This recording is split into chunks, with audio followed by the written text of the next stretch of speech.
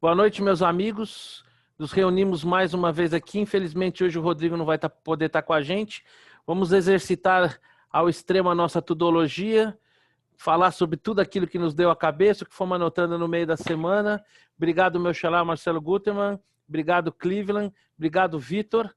E é isso aí. O Vitor, começa com você já falando da Covid aí, porque foram 19, 18 encontros anteriores que as notícias não foram muito boas e agora as coisas começam a melhorar, né? Nós estamos, apesar de hoje não ter sido um dia bom, porque a gente andou de lado, por culpa do Rio de Janeiro. O Rio de Janeiro está um caso muito estranho, continua alto, não baixa. Aí fala-se que é tudo do passado, é tudo hábito represado, mas pô, não acaba nunca. Ele já é a nossa Lombardia, é o estado mais afetado do Brasil. Mas não fosse o Rio de Janeiro, estaríamos com a mesma queda consistente. Mas a gente está com 696 de média diária, 3,3 por milhão por dia, um número baixo comparado ao que já foi. É o mesmo número que tínhamos no dia 13 de maio. Então, assim, estão descendo a ladeira.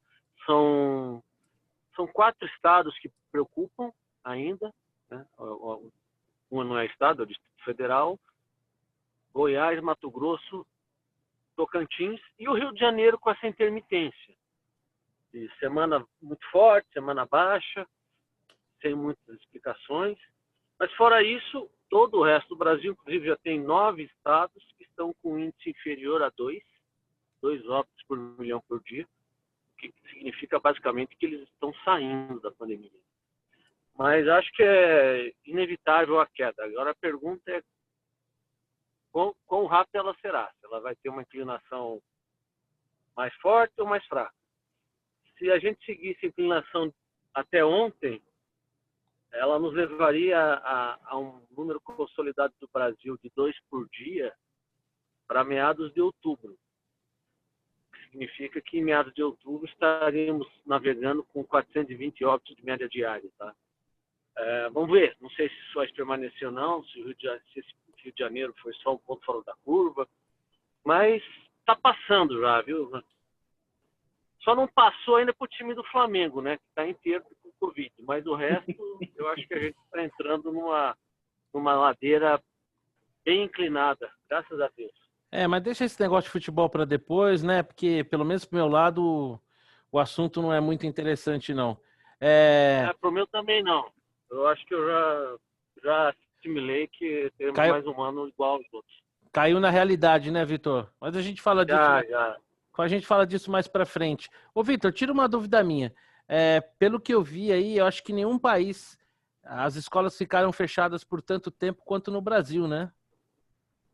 Correto. 200, quase não sei quantos dias já, né?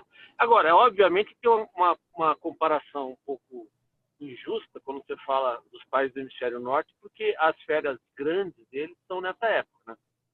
Então, eles entraram em férias de qualquer jeito. Aproveitar essas férias. Mas é fato isso.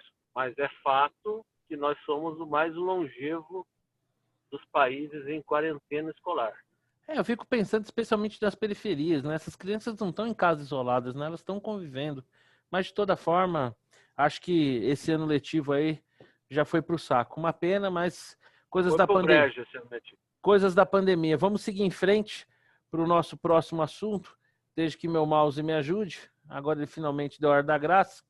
O nosso premier, Rodrigo Maia, torcedor famoso do Botafogo, ele recebeu a solidariedade dos ex-chanceleres do Brasil por conta da visita do Mike Pompeo ao extremo norte do país, visitando lá um campo de refugiados. Eu queria a impressão de vocês. Eu, particularmente, tenho um norte aí que costuma me ajudar, né? Quando determinado tipo de gente se junta numa direção, eu sempre tenho quase que a certeza que a direção contrária é a certa. O que você acha, Xará? Vamos tentar. Eu vi a pauta, né, e fui dar uma olhada, tal. De fato, o Mike Pompeo veio fazer campanha eleitoral aqui no Brasil, né? Ao invés de Ele poderia ter feito um negócio mais oficial, num outro contexto, tal. Foi lá na fronteira, enfim, fez um auê, e acho que é isso que chamou a atenção. E, por outro lado, o Maia tem na esquerda uma base importante dentro do Congresso, né? Quer dizer, ele é um cara que consegue juntar ali o pessoal mais liberal com a esquerda, tem essa habilidade. Então, ele jogou dentro na minha opinião, né, dessa tentativa de continuar mantendo a sua base, e fez um discurso interno lá para a sua base dentro do Congresso, né? O fato de ter sido uma nota oficial, tal, no fundo ele está fazendo um discurso interno, né? E, enfim, não me parece, de fato não me pareceu muito adequado, ainda que não merecesse uma nota desse tipo. Eu acho que tudo que é desculpa, né, para fazer crítica ao governo vai ser aproveitado, né? Isso é política, chama-se política. E eu acho que foi mais um caso desse. Acho que os dois lados não estão certos nesse caso. E aí, Cleveland, qual a sua impressão? Posso só me limitar a dizer com o relator? Eu concordo integralmente. Eu não tenho nada a acrescentar e nem a tirar. Concordo e aí, Victor? Eu sigo o relator. Pô, nosso xará esgotou o tema, mas eu vou fazer mas eu vou dar um pitaquinho aqui, que é o seguinte. Para mim, também está muito claro que esse movimento do secretário de Estado norte-americano, ele tem uma grande conotação eleitoral, se fez valer dessa proximidade que existe entre os governos, mas eu acho que a crítica ela é mais relevante dependendo da boca de onde vem. Então, gente que importou mão de obra escrava, gente que viu, que ajudou a implementar e viu brotar, nascer aqui no nosso vizinho uma ditadura que prende, que tortura, que mata adversários, não me parece a gente mais qualificada para criticar quem quer que seja. Então, realmente, assim, ainda que, como o meu xará muito bem disse, existe de fato alguma coisa a ser criticada, essa turma aí, a meu ver, não tem autoridade para isso, não. Bom, podemos seguir em frente, meus amigos? Alguma observação? Mas eu voto com o relator apenas com esse destaque. Sigamos em frente. Bom, chegamos à época do bolão, né? A gente já tem um bolão aí rolando, que é se o Guedes sai antes ou não no final do ano. Eu sou minoria, acho que ele vai ficando, né? Ontem até parece que, segundo os mais... tem esse bolão? Não sabia, não. Tem um bolão aí que é o seguinte... Depois, Marcelo. Tem um bolão que é mais ou menos o seguinte. O Rodrigo e o Cleveland acham que o Guedes sai até o final do ano. O Vitor, que não é bobo nem nada, mais ou menos, né? Pode ser que sim, pode ser que não.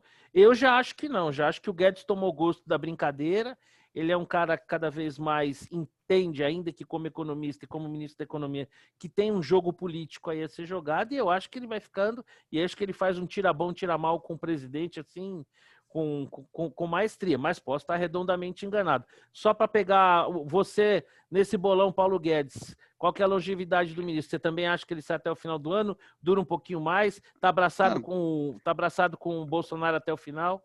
Eu estou entrando em vantagem nesse bolão, né? Porque nós já estamos no final de setembro, tem 3 meses, ele não vai sair até o final do ano, né? Opa, já não estou sozinho. Não sei quando eu não sei quando é que foi proposto esse bolão. Em julho eu já teria mais dúvida. Agora no final de setembro já me parece que o jogo está jogado. Faz uns 2 meses que a gente vem fazendo bolão, né?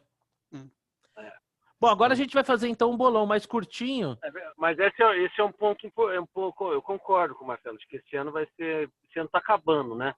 Dezembro não acontece nada, então, mas se você esticar isso para abril, aí já está querendo operar o bolão. Ganhar no tapetão. Vamos esperar janeiro, porque aí eu vou sacanear vocês e vou falar... A gente renova o bolão. Renova o bolão. Vamos fazer assim, vamos esperar janeiro. Dia 1º de janeiro, o Guedes está lá, eu vou sacanear vocês e falar, tá vendo? Eu falei que ele ia ficar. E aí a gente começa o próximo bolão quando o Guedes sai. Falando em bolão, né? Vamos fazer o nosso aqui, tá chegando aí a eleição americana. Acho que, se eu não me engano, essa semana ou semana que vem teremos aí o primeiro debate. E eu quero saber de vocês aí qual que é o palpite. Se dá Trump, se dá Biden. E aí, Cleveland? Qual é o seu palpite? Aqui, não adianta marcar triplo. que não é loteria, não é loteria esportiva aqui. Aqui não dá para subir no muro. Não adianta marcar triplo e nem falar que vai dar empate. Tem que cravar ali. Ou um ou outro. Pode torcer, olha, não tem problema. Apesar da turminha lá do Biden estar fazendo um esforço enorme para perder, mas assim, absurdamente enorme para perder, ainda fico com ele. Bom, o Cleveland acha que vai dar Biden. E você, Victor? Eu acho que vai dar Trump. E me explico. Bom, se não houvesse Covid, eu não teria a menor dúvida que daria Trump. Com Covid, ele fica um pouco ameaçado. Só que, como falou, há um esforço enorme do Partido Democrata de perder, né? Escolher um candidato fraco. E eu acho que ele vai ser jantado pelo Trump nos debates, porque ele não demonstra, ele dá até sinais de senilidade em alguns momentos, né? Eu acho que a probabilidade dele ser jantado pelo Trump, que é um conhecedor de presença em televisão, né? A possibilidade é grande. E você tem que considerar que não é o voto popular que vale, né? Então, quando você está falando que precisa de 270 votos no colégio eleitoral, que só são distribuídos entre duas partes, então se você tem, e a Flórida, por exemplo, vale 25 votos, então a Flórida, se você tiver com 294 votos e perder a Flórida, você perdeu a eleição, né? Porque vai 25 para o outro lado, você perde 25. A Flórida, na verdade, vale 50. Então, assim, o que vale são os votos nos estados decisivos. Eu acho difícil, eu acho que o Trump leva essa por essas razões. E tem esse movimento todo de Black Lives Matter, essa quebradeira toda. O pessoal não gosta disso, não gosta de anarquia. Isso pesa contra o candidato democrata também. E aí, Xará, o que você acha, hein? Qual que é o seu palpite no bolão? Pois é, estou me sentindo jogando uma moeda aqui. Ver se cai cada coroa. Mas se eu tiver que, com a arma na cabeça, para dizer um ou outro, é o Trump. Eu vou explicar por quê. Por incrível que pareça, economia. Mas tá uma senhora recessão e vai ganhar por causa da economia? O ponto é o mesmo do Brasil. A quantidade de estímulo fiscal que foi dado, mais do que compensou a perda de renda da população na média. E estão aí para votar, tanto que não estão querendo votar outro estímulo fiscal, né? A Bolsa até caiu por conta disso e tal. Mas vão acabar aprovando, talvez depois da eleição. O ponto é que a economia está se recuperando de maneira muito rápida, o desemprego está caindo rápido, e isso vai pesar a favor do Trump. Então, para escolher um fator, né, além de todos esses que os colegas colocaram, eu escolheria o Trump aqui como vencedor, mas muito assim, no Photoshop. O cenário realmente está polarizado, mas eu acredito que o Trump leva por somatório de tudo isso que vocês apontaram. Mas para mim algo relevante o Trump e o Bolsonaro, guardadas as peculiaridades de cada regime, eles canalizaram o voto de quem não faz barulho, mas de quem acaba decidindo a eleição, que é o cidadão comum. Então aqui eu costumo dizer que o cara está mais preocupado em ter a televisãozinha dele tela plana, fazer o churrasquinho dele no final de semana, pagar os boletos em dia, e eu acho que nos Estados Unidos não é muito diferente. E para esse cara aí, essa movimentação, essa quebradeira, né? E não é por acaso que o Trump adotou lá aquele slogan do Law and Order, né? Então acho que isso vai repercutir e acredito que com essa recuperação econômica e essas questões, essas movimentações sociais vão, de fato, ser o fiel da balança. Claro, não vou nem levar em consideração o fato que, na verdade, sim, né? Acho que a Kamala Harris até estava dando uma entrevista esses dias, ela falou, né, da administração dela e do Biden, né? Como se ela fosse a cabeça da chapa, né? Talvez já tem mais, talvez já prevendo alguma coisa, né? Então eu também acho que quem vai levar essa vai ser o Trump. Bom, vamos seguindo em frente aqui. Essa semana o Bolsonaro diz que Banco do Brasil e Caixa Econômica no governo dele pode tirar o cavalinho da chuva. Eu nunca esperei muita coisa mesmo, já me conformo com a privatização dos Correios, se vier a acontecer, para mim já é algo assim para chorar ajoelhado, né? Bolsonaro sempre teve uma carreira parlamentar pífia, sempre se mostrou um corporativista, é um recém-convertido ao liberalismo, se é que se pode dizer assim. Até acho que não, acho que é muito mais um liberal de ocasião. Eu queria a impressão de vocês aí sobre o posicionamento do Bolsonaro em relação à privatização do Banco do Brasil e da Caixa Econômica. Começa aí por você, Xará. Não, é isso que você falou, não tem muito a acrescentar, não. Ele não quer. Na verdade, eu até tornaria a coisa mais genérica, ele não quer meter a mão em vespeiro. Em nenhum vespeiro. Então, essa reforma administrativa que ele mandou é um pouco isso também, enfim, e, claro, privatização de Caixa e Banco do Brasil e Petrobras, isso aí é um vespeiro do tamanho gigante, né? Sim. Então, não é nem a questão da privatização em si, até que eu concordo contigo que não é a cultura dele, mas eu acho que a coisa é um pouco mais ampla, ele não quer bola dividida, em nada. Esse é o ponto. E aí, Cleveland, o jogo tá tão ganho que o Bolsonaro não quer entrar em nenhuma dividida, como disse o Xará? Marcelo, olha, a gente tem conversado sobre isso, tem escrito sobre isso. O que me cansa nesse país é que é aquele eterno dia da marmota, né? A gente não aprende. As coisas continuam, o Estado continua interferindo e eu, honestamente, não consigo entender por que existe Caixa Econômica Federal e existe Banco do Brasil hoje em dia. Tudo que você poderia fazer de linhas de financiamento, você poderia, inclusive, gerar um modelo competitivo para que as instituições financeiras fizessem isso. Você poderia, inclusive, estimular a competição via esse tipo de fundo.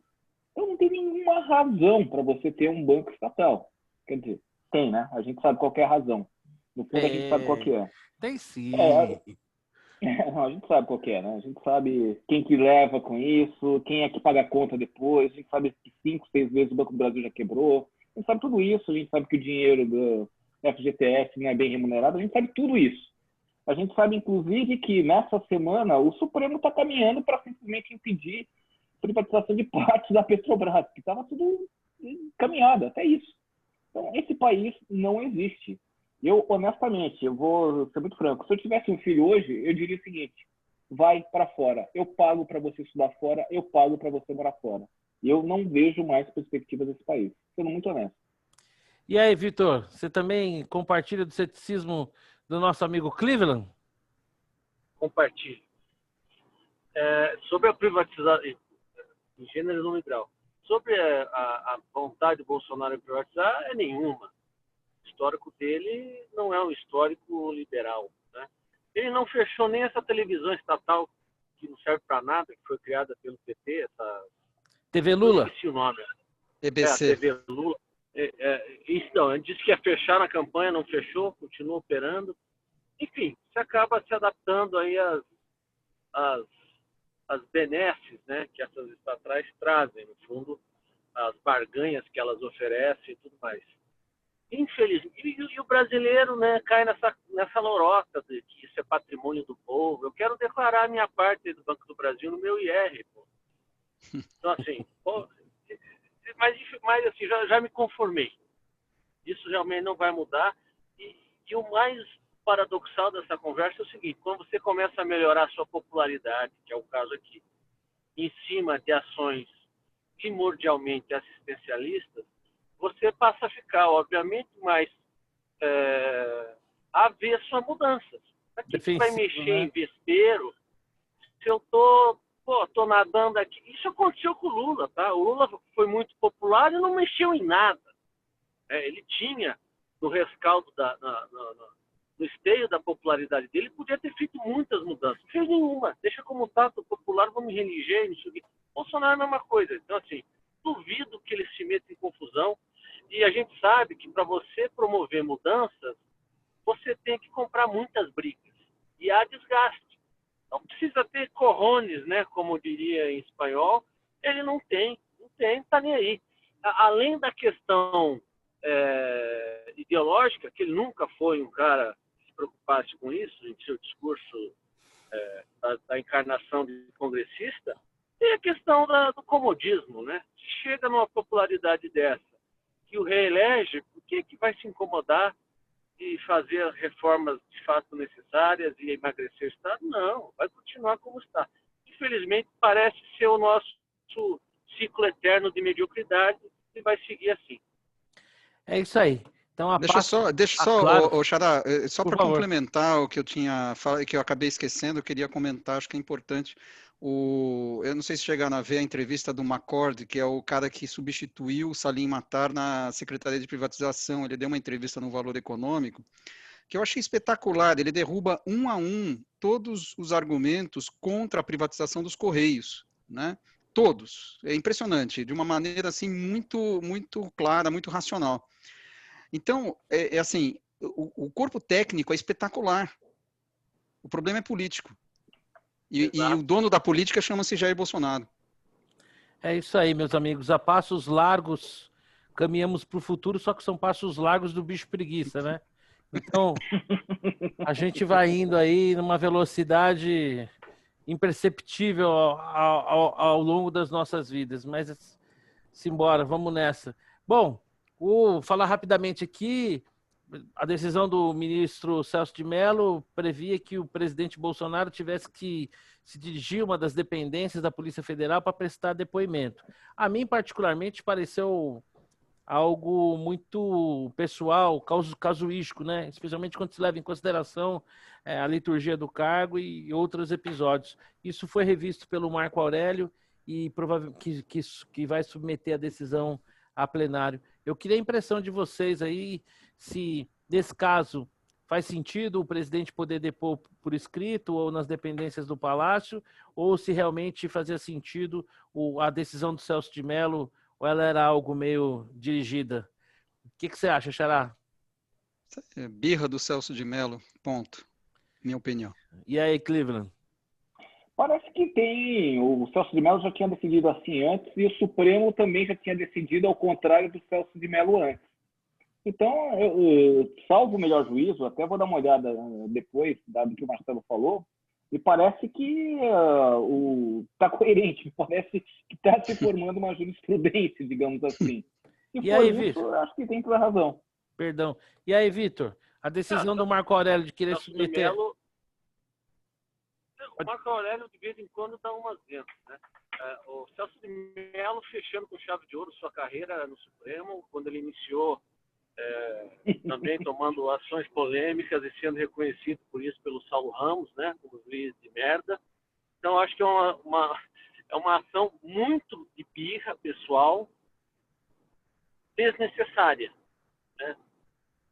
Para mim, desnecessária.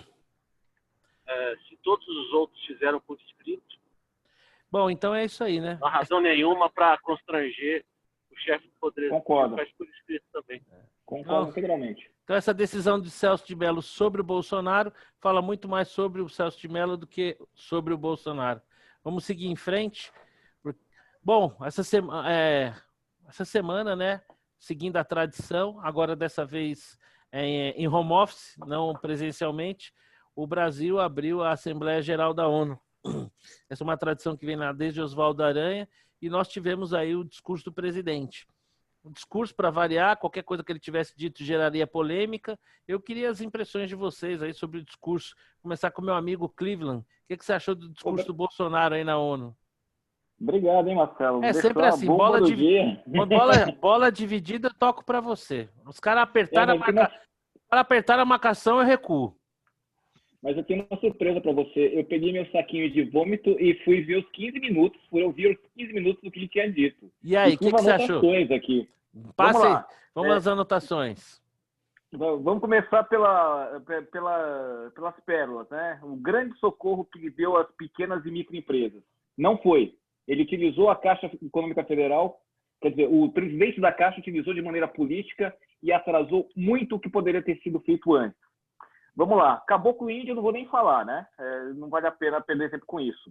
Sobre a OCDE, o que tem sido feito pela OCDE? O que a parte técnica constrói, ele desconstrói. Reforma tributária administrativa. Uma grande piada, reforma tributária administrativa. A gente sabe que ele poderia fazer coisas sem a reforma e o que ele deveria fazer com a reforma ele não fez. Confiança do mundo no nosso governo. Não acredito. E a frase final, a parte final sobre cristofobia foi realmente uma pérola, né? Assim, não tinha razão para introduzir isso numa discussão no meio da ONU, mas enfim. O Bolsonaro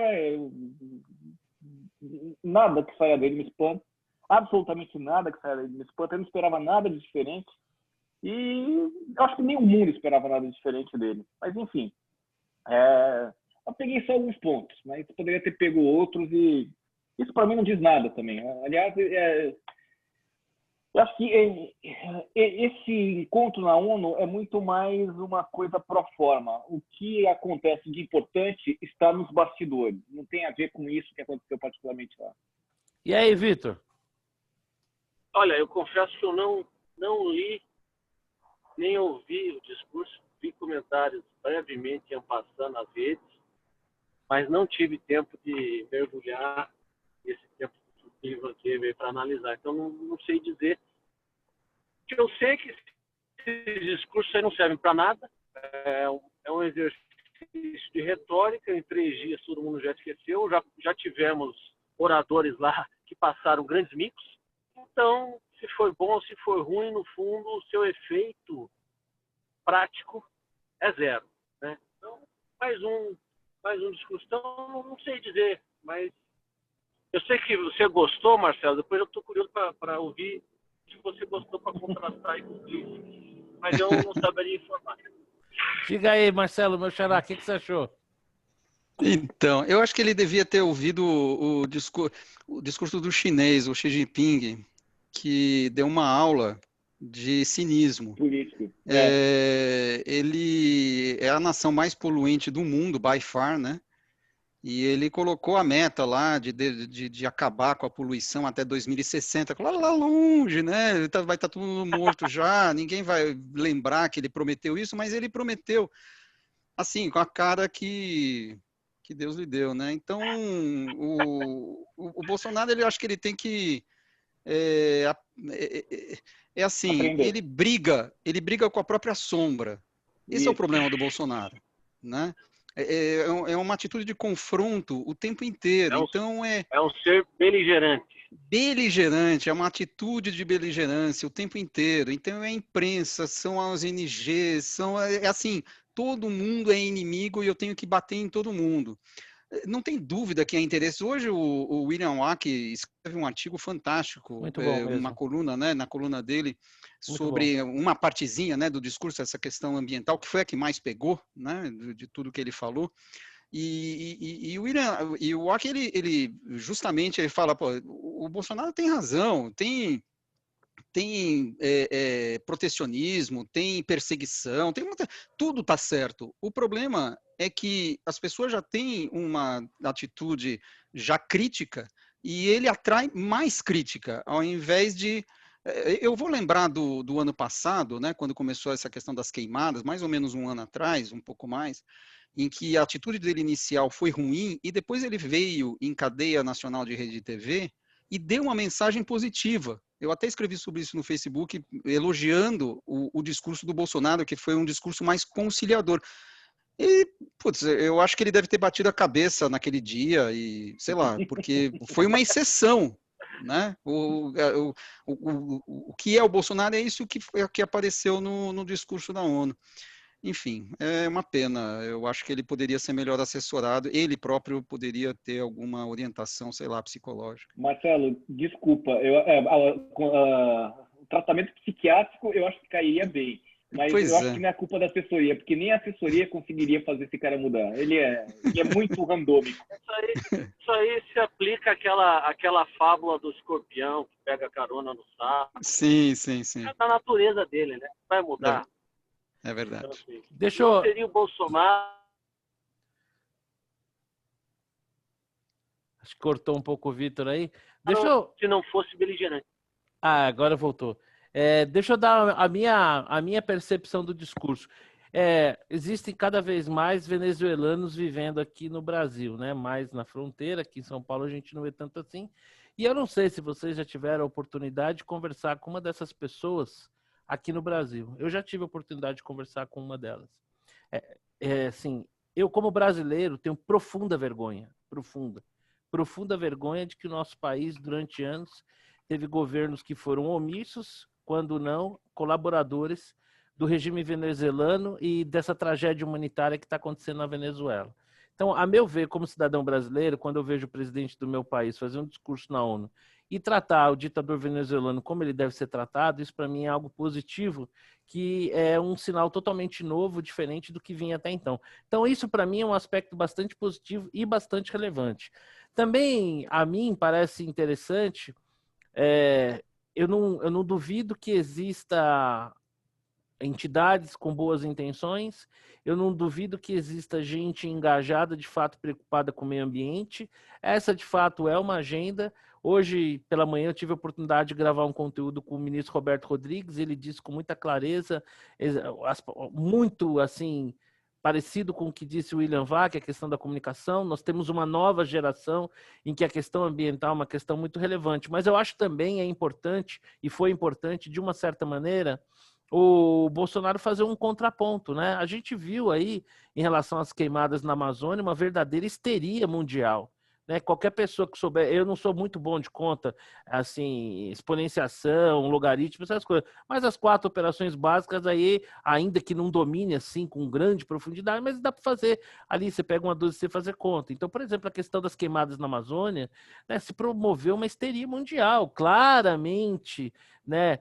Dotada de um protecionismo, um embate ideológico. Então, eu acho que o discurso dele, nesse sentido, eu acho que ele faz um contraponto, né? Eu como brasileiro, me senti muito violentado em ver toda uma organização mundial contra o país retratando algo que não era real, né? As queimadas, elas tinha uma média, né? Um ano anterior havia tido uma seca, e assim, agora, isso foi explorado ao extremo. Então eu acho que... Marcelo, diga. Eu acho que eu concordo totalmente. Você vê os números de queimadas não dizem, relativamente são até favoráveis ao momento atual versus o passado. Mas isso é tão simples de combater com números, com argumentos práticos, factíveis, você não precisa sair brigando, é mostrar o número e bater nesse número todo dia. Não onde eu ia, a boca dos críticos. É onde eu ia chegar. Onde eu ia chegar, né? Hoje, conversando com o ex-ministro Roberto Rodrigues, eu fiz a seguinte pergunta para ele, né? Toda a política pública, ela atua em 2 frentes, né? Que é a frente prática da medida que está sendo tomada e a comunicação em relação a essa medida. Então, de fato, e aí eu concordo plenamente, o governo Bolsonaro não poderia ser pior no que tange a sua comunicação. Então, nesse sentido, eu compartilho dessa crítica, mas eu observei o discurso dele por esse outro viés, né? Não acho bobagem essa discussão. Eu vi até uma imagem de um comentarista da Rede Globo dizendo que ele havia dito que tinha pago o benefício de $1.000 por mês, coisa do tipo, quando ele não falou nada disso. Então, esse tipo de coisa acaba contaminando o debate, mas esse viés da questão da política internacional, a mim particularmente agradou. Mas vamos seguir em frente, galera? Vamos para o próximo tema aqui, que é o seguinte. Bom, essa semana as redes sociais aí foram bombardeadas sobre a questão aí do programa Trainee da Magazine Luiza, exclusivamente voltada para negros. O nosso amigo Marcelo fez um brilhante postagem sobre isso, o Victor também. Acho que a gente tem bastante coisa para começar. Dessa vez eu vou começar com o meu xará. E aí, meu xará, essa ação da Magazine Luiza, isso aí é consciência ou é apenas uma ação de marketing ou é meia leite e meia mussarela? Eu já escrevi sobre isso, né? Acho que são as 2 coisas. Eu acho que marketing aqui não é para ser tomado na acepção ruim da palavra, né? Que é aquela coisa de vamos fazer aqui uma espuma, uma coisa que eu não acredito só porque eu... Uma lacração. Exato, que é o hoje que é o que está valendo. Tal. Eu acho que eles têm de fato uma preocupação a respeito disso. Eu digo isso porque eu trabalho numa empresa que acabou de colocar, de fazer um comitê de diversidade e tal, inclusão, né? Então, essa é uma preocupação das empresas, e eu vejo nos dirigentes, né, envolvidos, tal, uma preocupação genuína a respeito disso. Eu acho que deve ser a mesma coisa lá na Luiza. Então, eu acho que o marketing aqui é chamar a atenção por um problema, né? Tem gente que acha que não é um problema, tem gente que acha que é o principal problema do Brasil. Eu acho que tem um problema, né, claramente, né? Você olha para a representatividade dos negros enfim, em papéis de predominância, né? Se você olhar, comparar com os Estados Unidos, você vê nos Estados Unidos muito mais negros em postos importantes, né, no governo, nas empresas. Eu lembro quando eu trabalhava num grande banco multinacional no início da década, e veio o CEO do meu departamento, da Asset, era negro. E assim, para mim foi um choque, né? Porque você não está acostumado a ver isso. O presidente do Credit Suisse é negro, né? Então, você tem coisas que acontecem no exterior que não, é muito difícil você ver por aqui. Então, temos um problema, né? É um problema social, é um problema, digo, de renda, né? Obviamente, mas tem uma intersecção grande, né? Entre renda e raça, porque você tem uma herança que você trouxe com a questão da escravidão. Eu até achei engraçado, uma pessoa comentou no meu post lá no blog do Vitor, né, a respeito desse assunto, dizendo que o pai dele tinha vindo da Europa, tinham prometido terras para ele aqui, depois não entregaram as terras, ele teve que sair fugido da fazenda onde ele foi trabalhar e tal, e para quem que ele ia pedir indenização, né? Fazendo um paralelo, né? Afinal, a gente está pedindo uma indenização histórica para os negros por conta da escravidão. E, na minha visão, bom, o pai dele veio por livre e espontânea vontade, o negro não veio por livre e espontânea vontade. Quer dizer, existe aí uma diferença que é fundamental, né? Então, a escravidão, de fato, foi um ponto que, na época, não se pensava dessa maneira, e, na medida que vai passando o tempo, você vai criando sensibilidade para esse tipo de coisa. Eu acho que temos um problema, e é uma forma da Luiza ter chamado a atenção para esse problema. E uma última observação, né, para passar a palavra para os colegas, essa questão de cotas, isso aqui nada mais é que uma cota de 100%, né? Você está, ao invés de fazer 20%, 30%, você fez uma cota de 100%. Óbvio que você tem um problema de formação de base, né? Porque existe um problema de renda e as famílias têm muito menos condições de levar os seus filhos para frente com menos renda, e isso atinge de maneira especial a população negra. Isso está claro, e o ideal seria que todos tivessem acesso à escola de boa qualidade na primeira infância, a partir da primeira infância. Só que isso não vai acontecer da noite para o dia, né? Então, o fato de você, de alguma maneira, arrumar um espaço para o negro, no caso, né? Ou se for uma cota social,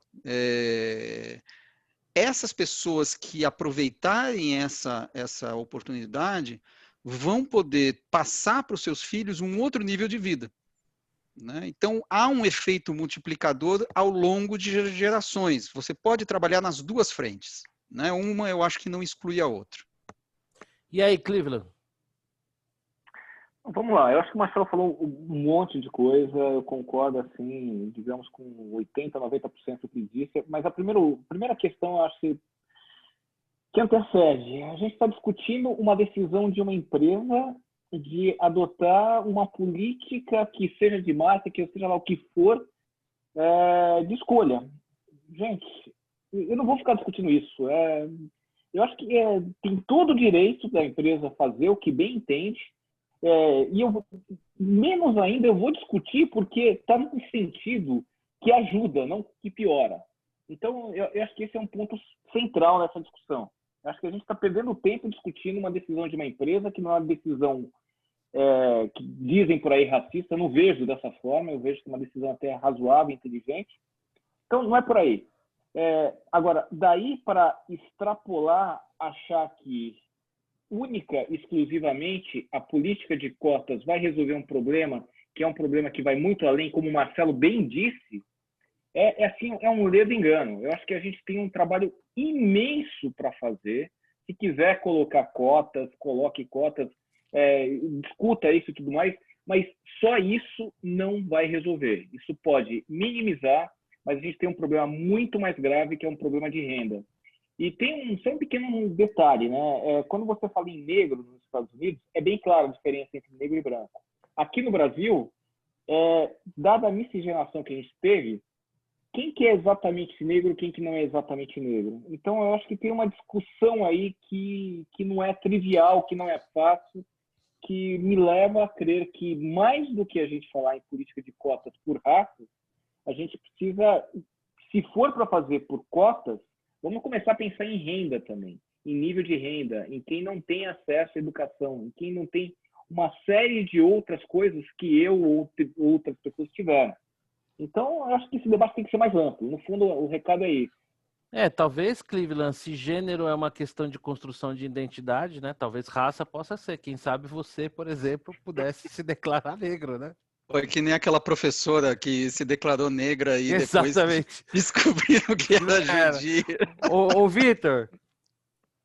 Posso só fazer um detalhe? Posso só fazer um pequeno comentário? Que Claro. parece a coisa mais absurda do mundo. É óbvio que eu nunca vou me candidatar, isso nunca me candidataria. Mas se vocês pegarem uma foto minha e pegarem uma foto do meu avô, vocês vão dizer, não, você não é neto do teu avô. Vocês vão dizer exatamente isso, porque ele é nitidamente uma pessoa que é muito mais próxima da cor negra do que de uma cor mais clara, digamos assim. E aí, Vitor, o que você acha? Tema polêmico, né? Rende discussões calorosas aí nas redes sociais, sempre que é citado. Eu trabalhei na minha última empresa, eu era o sponsor do Comitê de Diversidade Racial. Então, esse problema de desbalanceamento com a população negra e parda é um problema sério, tá? Discutido Sim. com muita seriedade, porque era um tema meio que, vou dizer vergonhoso, mas era uma espécie de vergonha, porque você não tinha esse desbalanceamento com a população feminina, você tinha muitos casos de gays, posição de liderança e tudo mais, então era visual a carência de liderança de pretos ou pardos, tá? A empresa, nos 100 gestores mais sêniores, tinha um. Então, é um problema, e aí a gente tentava contratar, não conseguia, não chegava currículo. Então, era um esforço sobrenatural para tentar estimular a contratação de pessoas pretas, né? E trabalhava-se com headhunters, com agentes especializados, era muito difícil. Então, assim, o primeiro programa de trainee que foi reinstituído depois de um tempo, tinham lá 10 mil candidatos, dos 40 semifinalistas, tinha um preto. E isso foi uma observação, pô, como é que pode? Não tem um de 40? Tem alguma coisa... Aí depois nós mexemos na comunicação do programa, colocamos depoimentos de funcionários, que muitas vezes eles nem aplicam. Eles acham que não é para eles, mesmo formado e tal. Assim, você dá um waiver na prova de inglês, ela deixa de ser eliminatória, né, para tentar atrair, porque apesar de ser importante, é algo que pode ser recuperado depois. E aí, no segundo ano, a gente conseguiu, de 40, 15% de semifinalistas, no final teve 15% de contratados. Então, passou de 0 a 15 no programa de trainee, fazendo um esforço enorme para focar, sem instituir cotas nem nada disso. Porque se a população aplica, talvez se tivesse uma proporcionalidade maior. O que eu vejo aqui da Magazine Luiza é que ela simplesmente decidiu radicalizar e ganhar 5 anos em um. Não foi isso que ela fez. Se ela fizesse tudo certo, todo esforço, não sei o quê, talvez ela conseguisse preencher 20% das vagas com candidatos negros. Então, você quer saber? Vamos fazer um só para negro. Agora, tem os seus riscos, né? É uma situação que não é... você até listei lá quais seriam os riscos. Isso aí dá errado, pode ser que dê errado.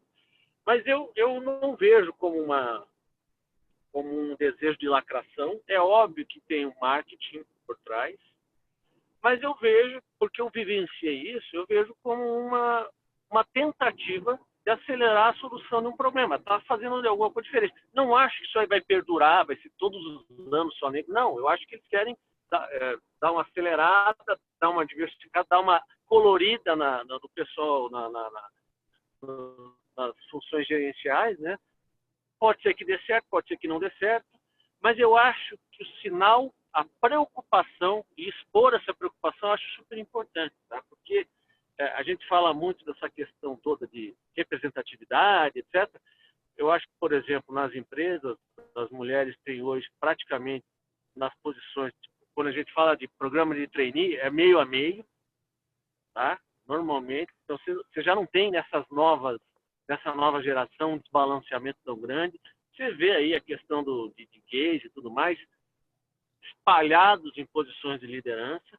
Agora, você não vê negros. E no Brasil, num país cuja população é majoritariamente negra, você de fato não vê. É uma situação muito desconfortável. A mim me incomodava muito. E nesse momento são 26% dos formados, né? Então, assim, você deveria tentar chegar nos 20% pelo menos, para ter uma distribuição. Não vai chegar a 50% se eles são 26% formados. Isso é um longo processo, né? Uma jornada longa, mas daria para ter uma representatividade muito maior. Então eu vejo assim com bons olhos essa ação deles, tá? É uma ação arriscada, que pode ter efeitos colaterais que, se não forem bem gerenciados, pode dar errado, mas eu acho que é importante pelo sinal de preocupação. Porque na toada natural, isso vai demorar muito para se resolver. Se a gente for esperar a solução pela melhor educação básica, e não sei o que, cara, isso aí é de 50, 60, 70 anos, é muito tempo. Se fizer tudo certo. Então você dá um estímulo. Se começar hoje, se der tudo certo. Se der tudo certo. Então, assim, eu acho que o estímulo realizado aí pelas empresas é um estímulo muito válido, que tem esse efeito multiplicador, né, que já foi citado aí pelo Marcelo. Então, vejo com bons olhos. Só fazer um parênteses, Vitor. Só reforçando, de certa forma, o que você está dizendo, é importante, só que isso por si só não vai resolver. Se a gente não regredir e não voltar para a base da educação, esse movimento não vai resolver o problema lá na frente. Então, quando eu falo, se for para fazer, vamos fazer, mas vamos fazer também lá de baixo, olhando todo o investimento que a gente tem que fazer, porque o problema é racial, mas o problema também é de renda. Então, a gente tem que pensar em cobrir todos os campos. Não dá para deixar isso de lado. Eu diria até que o problema racial ele é um subconjunto do problema de renda. Tá? Deixa eu um subconjunto. Deixa eu dar meu pitaco aí para a gente poder seguir em frente. Bom, antes de mais nada, eu acho o Magazine Luiza uma baita de uma empresa, um case de tremendo sucesso, geradora de emprego, de tributos, gerou muito valor, né, para os seus acionistas, não compactuo com nenhuma ação com a finalidade de denegrir a imagem da empresa ou promover qualquer boicote. Em relação a se é consciência ou uma ação de marketing, tem que dar o benefício da dúvida, né, de dizer e crer na boa intenção da companhia, naquelas intenções que ela manifesta. Contudo, eu faço aqui uma observação. A meu ver, eu acho que a questão social, ela engloba a questão racial, né? Então, acredito que seria mais efetivo fazer uma ação desse sentido voltada com um viés mais social. É claro que cada um é cada um, cada indivíduo tem o seu próprio juízo de valor e o seu livre-arbítrio. Eu, particularmente, né, fosse negro, não sei se não sou, porque afinal de contas meu pai era mulato, né, filho de negro com índio, né, eu não gostaria de ocupar um cargo que preponderantemente fosse reservado a mim por conta da minha cor e não da minha competência, mas eu entendo que existam pessoas que, diante de dificuldades, não abririam mão de uma oportunidade. Essa é uma impressão minha.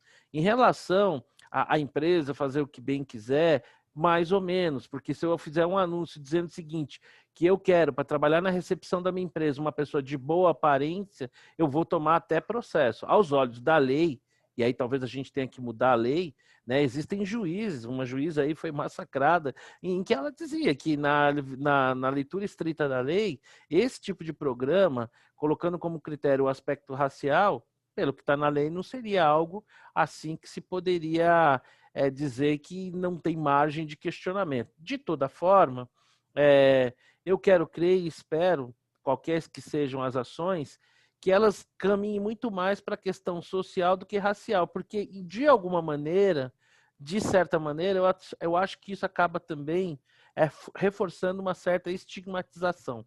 Então, assim, vou dar, a meu ver, vou dar o benefício da dúvida da intenção. Acho que esse mesmo programa poderia ser conduzido, né, fazendo parcerias, apesar de que o Vitor, né, mostrou aí todas as dificuldades existentes, né, mas acho que essa parceria poderia ser feita junto a centros acadêmicos de universidade, né, junto a instituições que atuam na causa negra, e acho que isso poderia ser feito sem esse estardalhaço. Aí eu diria o seguinte, eu confiaria mais cegamente na ação propriamente dita e não na necessidade de fazer dela uma exposição de marketing. Nesse caso, Marcelo, isso fala por experiência própria. Esse esforço espetacular de parcerias e tal, talvez te desse uns 20%, se você fosse exitoso. Entendeu? Então, assim, eu entendo que os caras falam assim, vamos na força bruta, vamos fazer um que vai dar 100% no primeiro ano. Depois a gente vê o que faz. Eu acho que é mais ou menos essa linha de pensamento. Ele meio que se antecipa. Ele antecipa em 5 anos uma meta de trazer mais pessoas negras para a organização. Eu não... É arriscado? É arriscado. Mas... eu não tenho a pretensão de colocar minha opinião em pé de igualdade, que eu não acho que não é nenhuma opinião, é mais uma percepção, até porque você e o Xará já viveram isso até no exercício da profissão de vocês. Mas é isso aí, galera. Vamos seguir em frente aqui com o nosso bate-papo. Bom, estamos chegando na reta final, a hora, para mim, mais temida, né? Falar de futebol. Assim, há 2 semanas atrás, eu talvez... fruto de uso de droga ou de alguma coisa que colocaram na minha comida, eu estava entusiasmado com o meu time, né? Que era líder na primeira e na segunda rodada, eu dividia a liderança, eu estava ali, mas é aquela história, né? No meio do caminho tinha uma Libertadores no meio do caminho, né? Aquele choque de realidade, e eu que cheguei a imaginar por alguns dias que o Fernando Diniz fosse uma reencarnação do Rinos Mitchell. Agora acho que realmente ele é aquele idiota que eu já havia dito umas 3 ou 4 semanas atrás, né? Mesmo esquema tático por onde quer que passe. E agora, nesse jogo em que o São Paulo foi atropelado lá em Quito, ele teve uma declaração brilhante. Tudo bem, exploraram fora de contexto, mas um cara que está no futebol há tanto tempo não podia ter dado um mole desse, né? De dizer que o São Paulo ganhou o segundo tempo. Olha que coisa linda.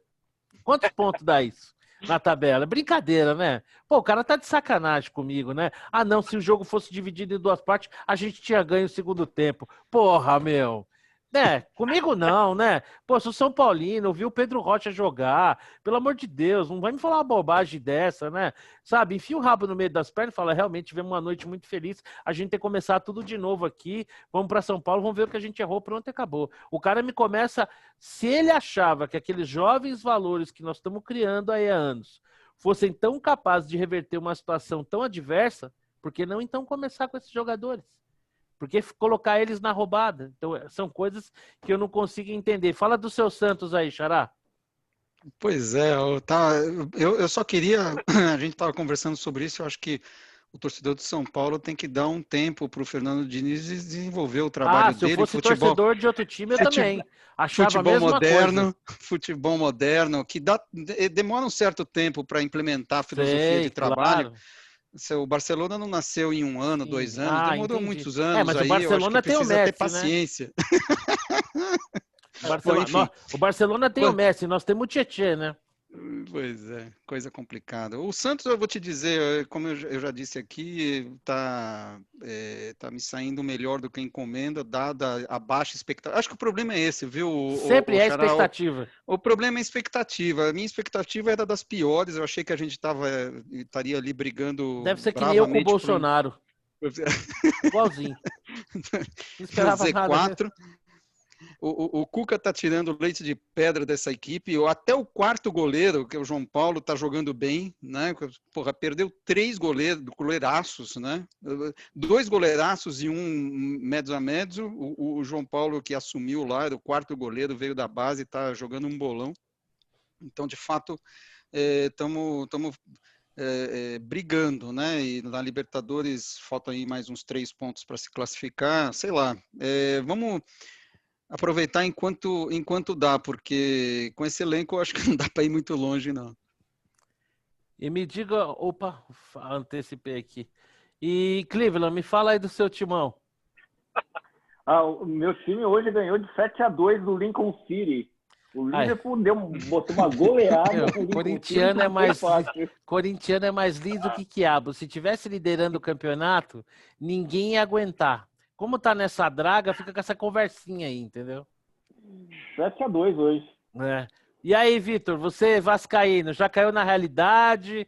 Welcome to my world ou ainda tá sonhando? Voltamos. Não estou sonhando, tem que ser realista, né? Se for pela expectativa, nós estamos muito bem. Estamos em 5º lugar, com atuações intermitentes, né? Que nós não temos elenco, aí o treinador num jogo para garantir 3 pontos, resolve tirar os 2 melhores jogadores e poupá-los. A gente perde o jogo no último minuto com um pênalti infantil do Pikachu, que não está jogando nada, devia voltar para o desenho animado, não está jogando nada. E aí depois, no meio da semana, que era para o qual eles tinham sido poupados, você não consegue fazer um gol no Botafogo e é eliminado da Copa do Brasil e paciência. Agora a gente pega o Red Bull no Brasileirão, é para fazer 3 pontos. Vamos ver semana que vem se fez esses 3 pontos ou não. Assim, no Brasileiro, né?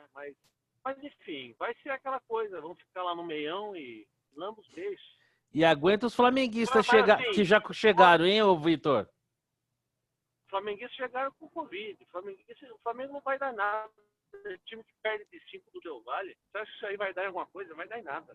Vou te dizer, o Vasco foi campeão brasileiro na 3ª rodada. Pronto, tá bom pra mim. E o São Paulo foi campeão da Libertadores no 2º tempo. É isso aí. Tá bom também. Ganhamos o jogo. Uma vez, nessa ocasião, acho que a gente estava do lado oposto, mas se eu não me engano foi no São Paulo-Palmeiras. O Luxemburgo, se eu não me engano, era técnico do Palmeiras e ele disse que se o São Paulo tinha ganho o jogo feito 1-0, não tinha jogado muito bem, o Palmeiras tinha jogado melhor e o Luxemburgo se saiu com essa frase. Acho que foi o Luxemburgo, que se fosse uma luta de boxe, o Palmeiras tinha ganho por pontos. E aí o Zete, na época, respondeu assim, se fosse uma luta de boxe, eles tinham perdido por nocaute. Eu acho que é mais ou menos a situação do meu tricolor.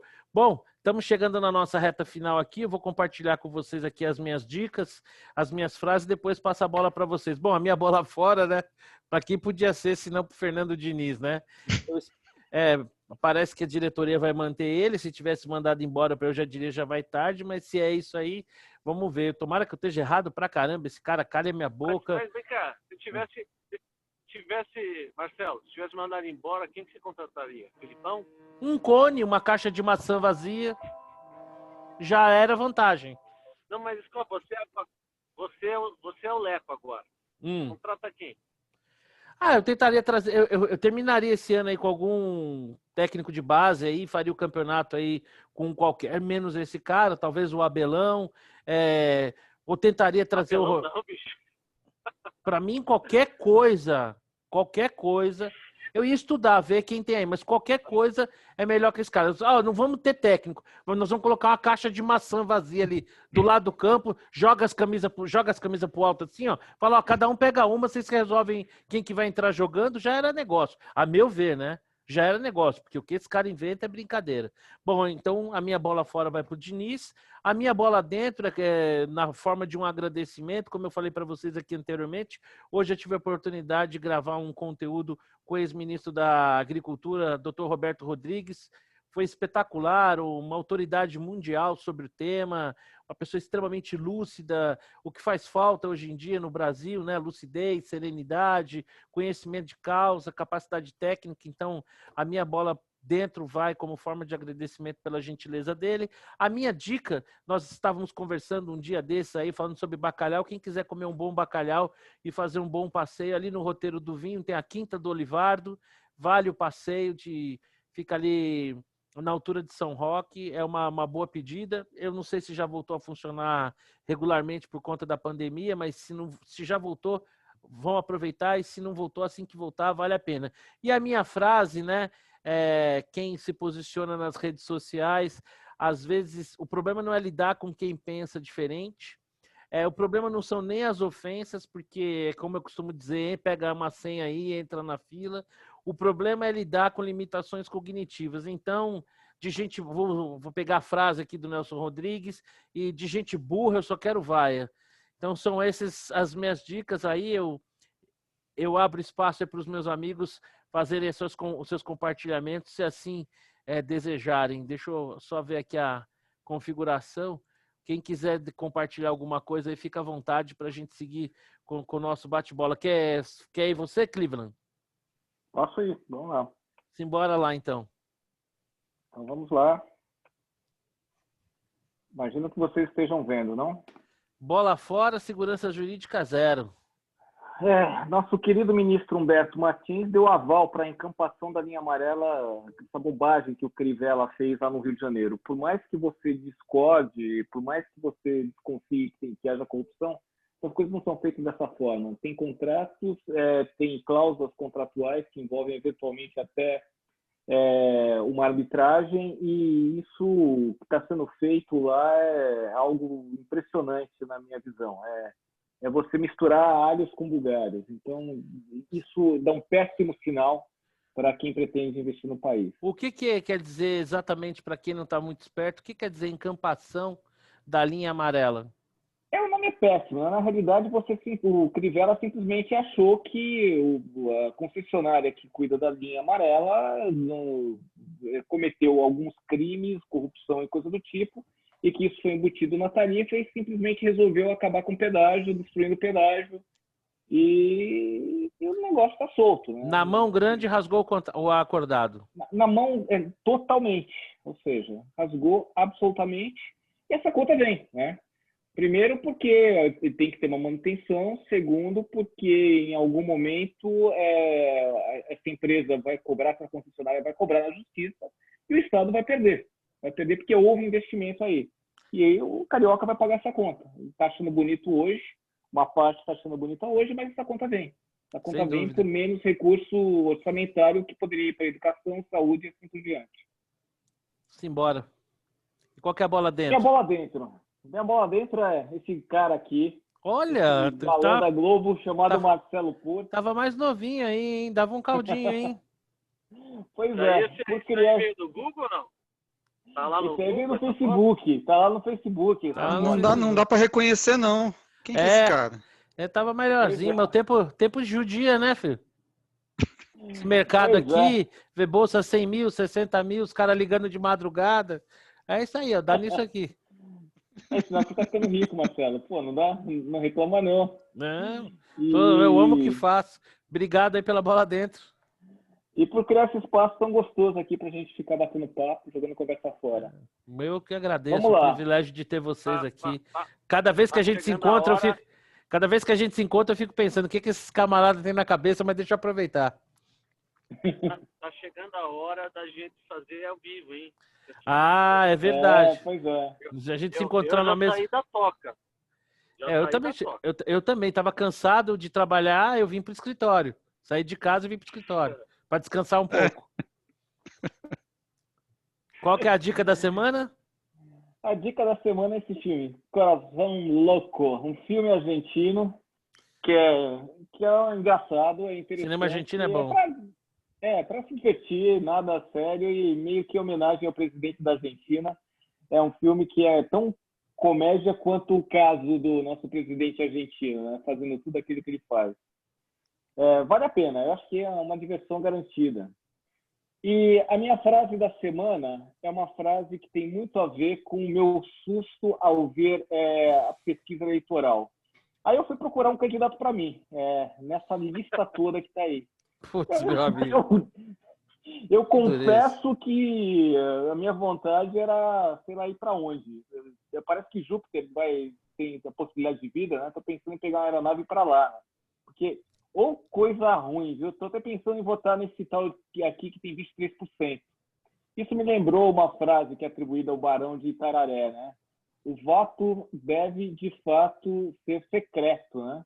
Só assim, afinal, o eleitor não terá vergonha de votar no seu candidato. Porque as opções que nos apresentam cada vez mais são vergonhosas. E no Rio de Janeiro não vai ser diferente, né? Também show de horrores. Bastante. E aí, meu xará, é com você, para encerrar aqui o nosso bate-papo. Deixa eu colocar aqui o... Cleveland, obrigado, viu? Eu não tenho mais coração para isso, não. Eu sou manteiga derretida. Eu choro em propaganda de margarina e qualquer coisa eu choro, hein? Choramos juntos, pronto. Vocês olham para minha cara feia assim, mas eu sou um coração mole. Diga aí, xará. Então, tem uma explosão aí, né, de séries e, enfim, documentários sobre Marte, né? Acho que a coisa tá bem animada, né? Com a possibilidade de fazer expedições e tudo mais. E eu tropecei nesse seriado, que eu acho, com todo respeito, o Xará, que você gosta do Huawei, mas deixa o Huawei no chinelo, na minha opinião. Bom saber, quero assistir. Porque ele é uma mistura, ele é um docudrama, né, que o pessoal chama, é uma mistura de documentário com drama. Então, metade é em 2016, falando sobre a SpaceX, né, que é o projeto do Elon Musk para mandar uma missão, né, para popular Marte. E a outra metade é em 2033, quando essa missão vai de fato para Marte. Então, todos os problemas que podem dar, que nas entrevistas com os técnicos e tudo mais, o que pode dar de errado, tal, acontece depois digamos, na parte drama do documentário. É Apollo 13 indo para Marte. Exato. É uma mistura muito bem feita, a dinâmica muito boa, né? Não é só a novelinha, né? Tem uma coisa, você fica por dentro do que está acontecendo de fato, de concreto nessa coisa, e você até acredita que de fato vai acontecer, né? Porque não é uma ficção científica completamente fora do alcance, né? Então, gostei bastante, eu indico. Anotado. Depois, que mais aqui? Não, fui mais para trás aqui. Bola dentro, estava conversando, né? Tá difícil de pegar uma bola dentro na área política. Eu li essa reportagem, é uma startup, né? Chama-se Big Green, de um rapaz que se associou à Alliance Shoppings, né? Que acabou de fazer uma injeção de capital de 15 milhões na empresa, que faz hortas urbanas, né? Então eles têm hoje 3 grandes hortas urbanas, 2 em shoppings da Alliance, né? Uma no Rio e outra, se não me engano, em Brasília, e uma na fábrica da Mercedes-Benz em São Bernardo do Campo. Então a ideia é diminuir o desperdício. Diz que 60% da produção de hortifruti são desperdiçados quando vem do campo, né? Quando vem do cinturão verde, das cidades e tal, até 60% é desperdiçado. E na empresa dele, só 2% é desperdiçado. Então ele começou com restaurantes todos quebraram, né? Então ele está com um programa de assinatura enfim, caixas de hortifruti, né, para tentar, para atender pessoa física diretamente. Então, achei bem interessante é uma coisa que pode dar muito jogo aí. E a minha bola fora é para o Guedes, a insistência dele na CPMF, né? Tributos alternativos para desonerar a Folha. Escrevi um artigo um post no Facebook sobre isso. É um estelionato eleitoral, né? Claramente, porque foi prometido que não ia ter a CPMF de volta. Tem um artigo hoje do professor Fargelli, da FGV, que eu também compartilhei no Facebook, muito bom sobre o assunto, né? E, enfim, bola fora total, ideia fixa, né? Infelizmente, gastando energia num negócio desse. E, finalmente, A frase, a citação da semana, que tem a ver com a CPMF, o contribuinte é o único cidadão que trabalha para o governo sem ter de prestar concurso, do nosso falecido Ronald Reagan. insubstituível Ronald Reagan. É isso aí. E aí, Victor Loyola, você aí operando em módulo de contingência, qual é a sua bola dentro, sua bola fora? Não tá ruim. Você está ouvindo a gente? Não vou conseguir me igualar aos colegas. Não tem problema. Você está me ouvindo ou não? Estamos ouvindo você bem, muito bem. Mas você é artista, né, cara? Estamos ouvindo bem, sim. Você é artista, você pode, né?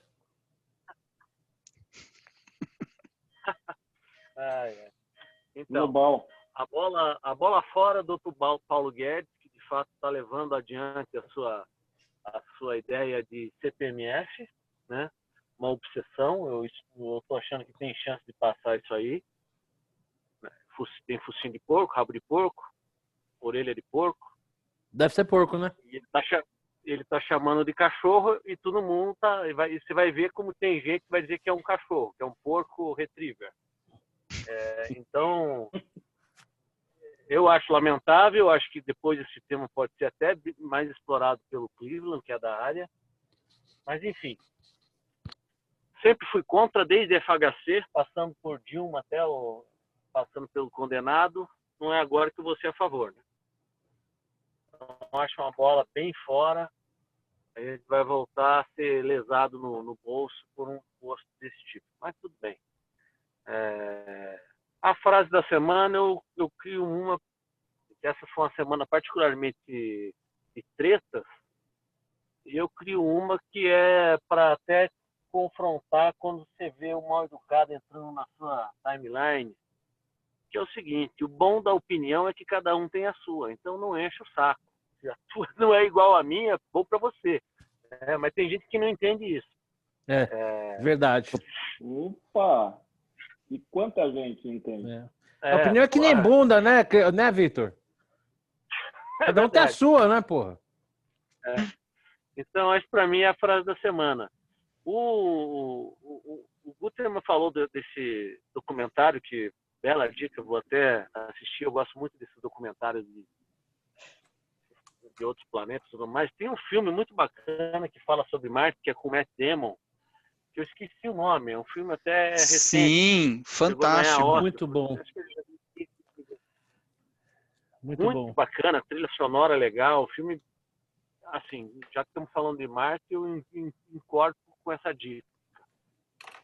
Não esqueci o nome do filme, mas achei muito, muito, muito legal. Perdido em Marte, não é isso? Isso aí, Perdido em Marte. Como é isso, Lost in Marte, isso mesmo.